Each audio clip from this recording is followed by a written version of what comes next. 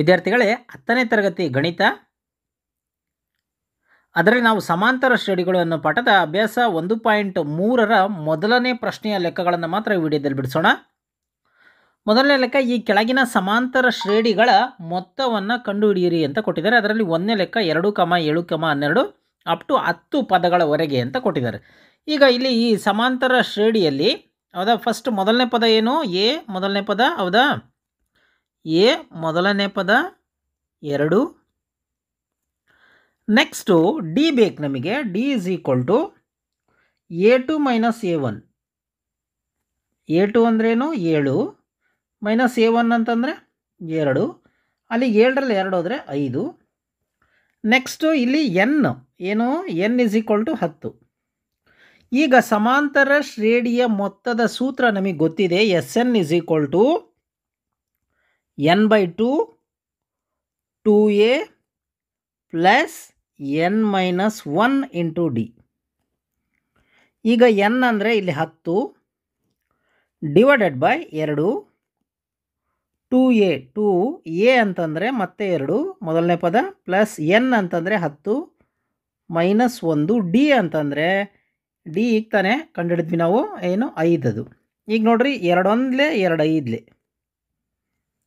5 ಇಲ್ಲಿ 2 2 4 ಇದು ಪ್ಲಸ್ ನೋಡಿ 10ರಲ್ಲಿ 1 ಹೋದರೆ 9 ಇಂಟು 5 ಅಲ್ಲಿಗೆ ಇದು 5 ಇಂಟು 4 ಪ್ಲಸ್ 9 45. ಈಗ ನೋಡಿ 45 ಇದು ಇಂಟು ಇದು 45 4 ಕೂಡಿದ್ರೆ 49 ಬರುತ್ತೆ. ಈಗ 49 ಇಂಟು 5 ನೋಡಿ, 9 45ಕ್ಕೆ 5 10ಕ 4 4 5 24 24.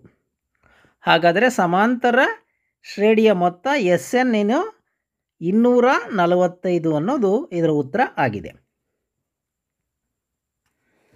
ಇನ್ನು ಎರಡನೇ ಲೆಕ್ಕ -37 -33 -29 ಅಪ್ ಟು 12 ಪದಗಳವರೆಗೆ ಅಂತ ಕೊಟ್ಟಿದ್ದಾರೆ. ಈ ಸಮಾಂತರ ಶ್ರೇಣಿಯಲ್ಲಿ ಮೊದಲನೇ ಪದ ಏನು? -37 ಆಗಿದೆ. ಇನ್ನು d is equal to A2 minus A1. A2 ಅಂತಂದರೆ ಏನು? A2 ಅಂತಂದರೆ -33 ಮೈನಸ್ A1 ಅಂತಂದರೆ ಅದು ಸಹ -37. ಈಗ -33 minus into minus plus 37 plus 37. ಅಲ್ಲಿಗೆ ಪ್ಲಸ್ 37ಅಲ್ಲಿ 33 ಹೋದರೆ 4 ಬರುತ್ತೆ. ಎಂಥ 4? ಪ್ಲಸ್ 4. ಅದಾ ನೆಕ್ಸ್ಟು ಡಿ ಕಂಡುಹಿಡಿದ್ವಿ ನಾವು. ಈಗ ಎನ್ ಕಂಡುಹಿಡಿಬೇಕು. ಎನ್ ಎಲ್ಲಿವರೆಗೂ? 12 ಪದಗಳವರೆಗೂ ಅಂತಿದೆ ನೋಡಿ ಎನ್ನು. ಈಗ ನಾವು ಏನು ಕಂಡುಹಿಡಿಬೇಕು? SN is equal to question mark. ಇನ್ನು ಸಮಾಂತರ ಶ್ರೇಣಿಯ ಮೊತ್ತದ ಸೂತ್ರ ನಮಗೆ ಗೊತ್ತಿದೆ. ಏನು? n/2 into 2a plus n-1 into d. ಈಗ ಎನ್ ಅಂತಂದರೆ ಎಷ್ಟು? 12 ಬೈ 2 2a 2 ಇಂಟು ಎ ಅಂತಂದರೆ -37 ಪ್ಲಸ್ ಎನ್ ಅಂತಂದರೆ 12 ಮೈನಸ್ 1 ಡಿ ಅಂದರೆ 4. ಈಗ ನೋಡಿ 2 1 2 6 ಅಲ್ಲಿಗೆ 6 ಬಂತಿದ್ದು. ಇದು ನೋಡಿ 37 ಎಷ್ಟಾಗುತ್ತೆ ನೋಡಿ? 7 2 14 10ಕ 1 3 2 6 1 7 74 ಆಗುತ್ತೆ. -74 ಪ್ಲಸ್ ನೋಡಿ 12ರಲ್ಲಿ 1 ಹೋದರೆ 11 ಇಂಟು 4. ಈಗ ನೋಡಿ 6 -74 ನೋಡಿ 11 4 44. ಈಗ ನೋಡಿ 74ರಲ್ಲಿ 44 ಹೋದರೆ ಎಷ್ಟು? 30. ಎಂಥ 30? -30. ಕಾರಣ ದೊಡ್ಡ ಸಂಖ್ಯೆ 74 ಪಕ್ಕ ಮೈನಸ್ ಇದೆ. ಈಗ ನೋಡಿ 6 3 18 0 ಅಂದರೆ 180 ಮೈನಸ್. ಅದು ಅಲ್ಲಿಗೆ SN ಇಸ್ ಈಕ್ವಲ್ ಟು ಏನು ಬಂತು? -180 ಈ ಸಮಾಂತರ ಶ್ರೇಣಿಯ 12 ಪದಗಳ ಹೊರಗಿನ ಮೊತ್ತ ಆಗಿದೆ ಅಂತ. ಇನ್ನು ಮೂರನೇ ಲೆಕ್ಕ 0.6, 1.7, 2.8 ಅಪ್ ಟು 100 ಪದಗಳವರೆಗೆ ಅಂತ ಕೊಟ್ಟಿದ್ದಾರೆ. ಈ ಸಮಾಂತರ ಶ್ರೇಣಿಯಲ್ಲಿ ಮೊದಲನೇ ಪದ ಏನಿದೆ ಅದನ್ನು ಬರ್ಕೊಳ್ಳೋಣ. ಏನು ಮೊದಲನೇ ಪದ? 0.6 ಆಗಿದೆ. ಡಿ ಏನು? D A2 minus A1. A2 ಅಂತಂದರೆ ಏನು? 1.7 ಮೈನಸ್ A1 ಅಂತಂದರೆ ಎ ಅಂದರೆ 0.6. ಈಗ ನೋಡಿ 7ರಲ್ಲಿ 6 ಹೋದರೆ 1, ಹೌದಾ? ನೆಕ್ಸ್ಟ್ ಇಲ್ಲಿದೆ 1 ಅಂದರೆ 1.1 ಬರುತ್ತೆ. ಡಿ ಏನು? 1.1 ಅನ್ನೋದಾಗಿದೆ. ಇಲ್ಲಿ ಎನ್ ಇಸ್ ಈಕ್ವಲ್ ಟು ಏನು, ಎನ್ ಎಲ್ಲಿ ಎಷ್ಟು ಪದಗಳವರೆಗೆ, 100 ಪದಗಳವರೆಗೆ. ಇನ್ನು ಮೊತ್ತ ಕಂಡುಹಿಡಿಬೇಕು ನಾವು. ಮೊತ್ತ ಅಂದರೆ s n is equal to question mark. ಇನ್ನು ಸಮಾಂತರ ಶ್ರೇಣಿಯ ಮೊತ್ತದ ಸೂತ್ರ ನಮಗೆ ಗೊತ್ತಿದೆ. ಏನು, n/2 into 2a plus n-1 into d. ಈಗ ಎನ್ ಅಂತಂದರೆ ಏನು, 100 ಪದಗಳು ಅಂತ, ಡಿವೈಡೆಡ್ ಬೈ 2. ಈಗ 2 ಇಂಟು ಎ ಅಂತಂದರೆ 0.6 ಪ್ಲಸ್ ಎನ್ ಅಂತಂದರೆ 100 ಮೈನಸ್ 1, ಡಿ ಅಂದರೆ 1.1 ಅಂತ. ಡಿ ಅಂದರೆ ಎಷ್ಟು, 1.1. ಈಗ ನೋಡಿ 2 1 2 50 ಅಲ್ವಾ, ಅಲ್ಲಿಗೆ 2 50. ಈಗ ನೋಡಿ 6 1 6 2 12, ಪಾಯಿಂಟ್ 1 ಸಂಖ್ಯೆ ಆದಮೇಲಿದೆ, ಅಲ್ಲಿಗೆ 1.2 ಅಂತ. ಎಷ್ಟು, 1.2 ಪ್ಲಸ್ ನೋಡಿ 90, 100ರಲ್ಲಿ 1 ಹೋದರೆ 90 ಅಂತ, ಇಂಟು 1.1.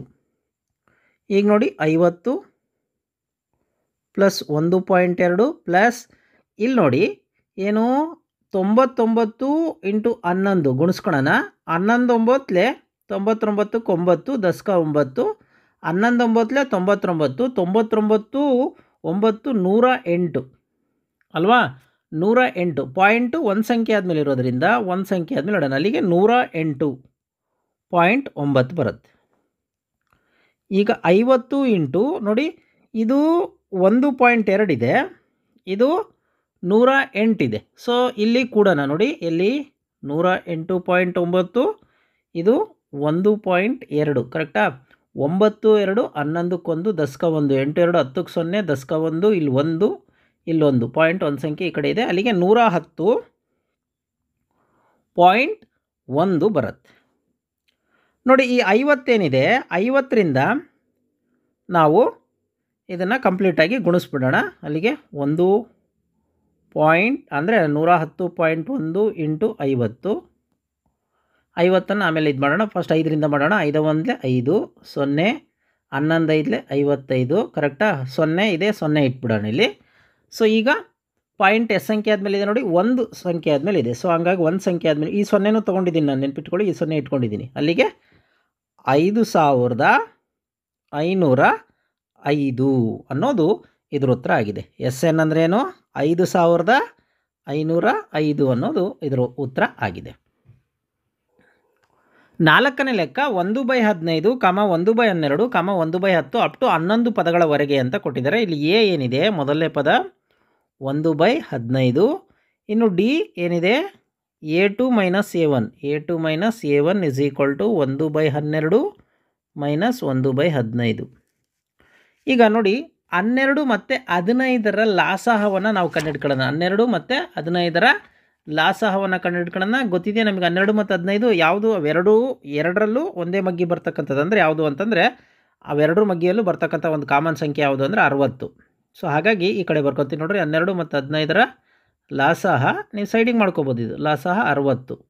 ಸೊ ಹಾಗಾಗಿ ನಾನು ಏನು ಮಾಡ್ತೀನಿ, ಇಲ್ಲಿ 60ನ್ನು ಕೆಳಗೆ ಬರ್ಕೊಳ್ತೀನಿ. ಈಗ ನೋಡಿ 12 4 48, 12 5 ಅಲ್ಲಿ 5 ಬಂತು. ನೆಕ್ಸ್ಟು 15 4 60 ಕರೆಕ್ಟಾ. ಅಲ್ಲಿಗೆ 5ರಲ್ಲಿ 4 ಹೋದರೆ 1/60. ಹಂಗಾರೆ ಡಿ ಎಷ್ಟು, 1/60 ಬರುತ್ತೆ. ಎನ್ ಎಷ್ಟಿದೆ, ಎನ್ ಇಸ್ ಈಕ್ವಲ್ ಟು 11. ನಾವೇನು ಕಂಡುಹಿಡಿಬೇಕು, s n is equal to question mark. ಸಮಾಂತರ ಶ್ರೇಣಿಯ ಮೊತ್ತದ ಸೂತ್ರ ಏನು, n/2 2a plus n-1 into D. N ಅಂದರೆ ಎಷ್ಟು, 11/2. 2a ಅಂತಂದರೆ 1/15 ಕರೆಕ್ಟಾ, 1/15 ಪ್ಲಸ್ ಎನ್ ಅಂದರೆ 11 ಮೈನಸ್ 1, ಡಿ ಅಂದರೆ ಎಷ್ಟು, 1/60.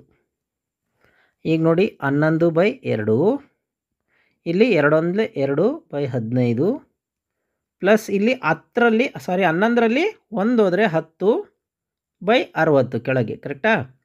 ಈಗ ನೋಡಿ 1 0 0 ಅಂದರೆ 1 10 16 ಅಂತ. ಅಲ್ಲಿಗೆ 11/2 ಇಸ್ ಈಕ್ವಲ್ ಟು 2/15 ಪ್ಲಸ್ 1/6 ಅಂತ. ಈಗ ಈ ಕಡೆ ನೋಡಿ, ಸೈಡಿಗೆ ಈ ಕಡೆ ಮಾಡ್ತೀನಿ ನಾನು. 15 ಮತ್ತು 6ರ ಲಾಸಹ ಏನು